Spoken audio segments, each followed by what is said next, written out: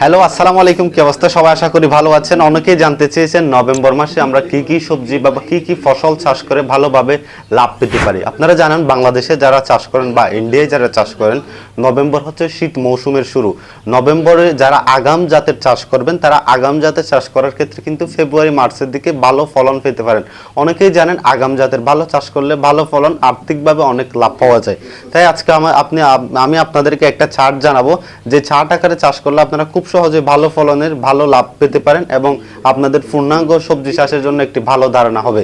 প্রথমেই আসি, আপনারা যদি ফুল জাতীয় বা তেল জাতীয় ফসল চাষ করেন সেক্ষেত্রে আপনাদের জন্য সূর্যমুখী হবে অনেক একটি আর্থিকভাবে লাভ সম্পন্ন একটি ফসল। সূর্যমুখীতে যেমন ফুলের থেকে অনেকে তেল সংগ্রহ করে পাইকারে বা বিভিন্ন ডিলারদের কাছে বিক্রি করে, সেক্ষেত্রে সূর্যমুখী হচ্ছে একটি আয়ের উৎস।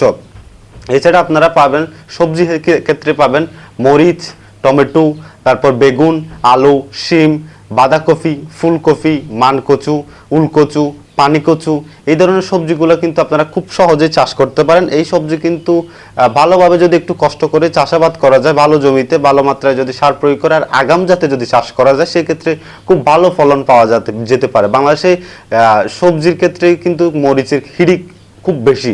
মরিচ চাষাবাদ করলে ভালো জাতের মরিচ যদি আপনারা চাষ করেন সেক্ষেত্রে মরিচের খুব ভালো অ্যামাউন্ট পাওয়া যায়। যারা আগাম জাতে চাষ করে সেক্ষেত্রে তারা অনেক বেশি লাভ পেয়ে থাকে। তারপর আছে আপনারা চাল কুমড়া, যাদের চাল আছে বিভিন্ন ধরনের বাড়ির আঙ্গিনা একটা চাল আছে, চাল কুমড়া করতে পারেন আপনারা।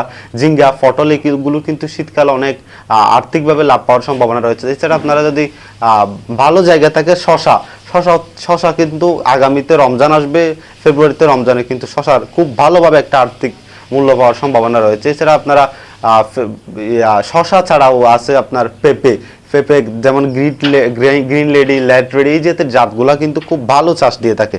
এই জাতের জাতগুলোতে খুব ভালো ফলন পাওয়া যায়। বাংলাদেশে পেঁপের যে কোনো মাসে কিন্তু ভালো অ্যামাউন্ট পাওয়া যায়, যা সাধারণ কৃষকদের অনেক বেশি আর্থিকভাবে লাভবান হবেন। এছাড়া আপনারা দুন্দল চাষ করতে পারেন, পান, তারপর লেবু জাতীয় বিভিন্ন ফসল। আবার আরও একটি খুব দামি একটি ফসল হচ্ছে বাংলাদেশের ক্যাপসিকাম এখনও খুব অ্যাভেলেবল হয় না। আপনারা চাইলে ক্যাপসিকামের ভালো চাষাবাদ করতে পারেন। এছাড়া যারা শাক জাতীয়, পুঁই শাক, লাল শাক, তারপর মূলা শাক, লাল শাক আর মূলা শাক যদি আপনারা খুব ভালো জমিতে, অনেক বেশি জমিতে যদি চাষ করেন অল্প দিনে অনেক বেশি মূল্য পাবেন। যেহেতু এগুলা দীর্ঘদিন চাষাবাদ করার প্রয়োজন নাই, অল্প করে তেমন দীর্ঘদিনের ফসল নয়, এগুলো অল্প দিনে চাষ হবে এবং খুব ভালো অ্যামাউন্ট পাবেন আপনারা।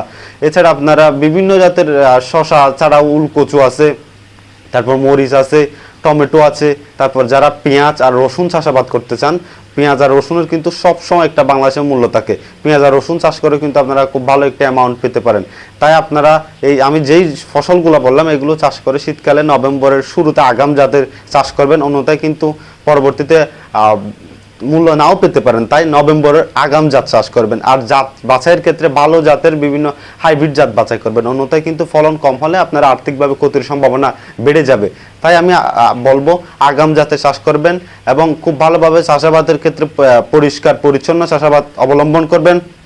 এছাড়াও হঠাৎ যদি আপনার জমিতে বিভিন্ন রোগের প্রাদুর্ভাব দেখা দেয়, সাথে সাথে আপনারা ট্রিটমেন্ট দিয়ে দেবেন, অন্যথায় কিন্তু সমস্ত জমিতে ভাইরাস জাতীয় বা ছত্রাক জাতীয় যে রোগগুলো আছে সমস্ত জমিতে ছড়িয়ে যায়, প্রতিকার করা খুব কষ্ট হবে। তাই আপনারা প্রথম কোনো রোগ বা কোনো প্রাদুর্ভাব দেখা মাত্র স্থানীয় যারা সাব অ্যাসিস্ট্যান্ট এগ্রিকালচার অফিসার আছে বা উপসহকারী কর্মকর্তা রয়েছে তাদের মাধ্যমে ভালো ট্রিটমেন্ট নেবেন। ভালো ট্রিটমেন্ট দিলে কিন্তু সাথে সাথে খুব ভালোভাবে আপনাদের যে রোগ হবে সেটা দমন করা সম্ভব হবে। এছাড়াও আমার নতুন আগামীতে ভিডিও আসবে, সেই ভিডিওগুলো দেখে আপনারা বিস্তারিত জানতে পারেন। আর আপনি যদি আমার চ্যানেল নতুন হয়ে থাকেন অবশ্যই চ্যানেলটি সাবস্ক্রাইব করতে ভুলবেন না।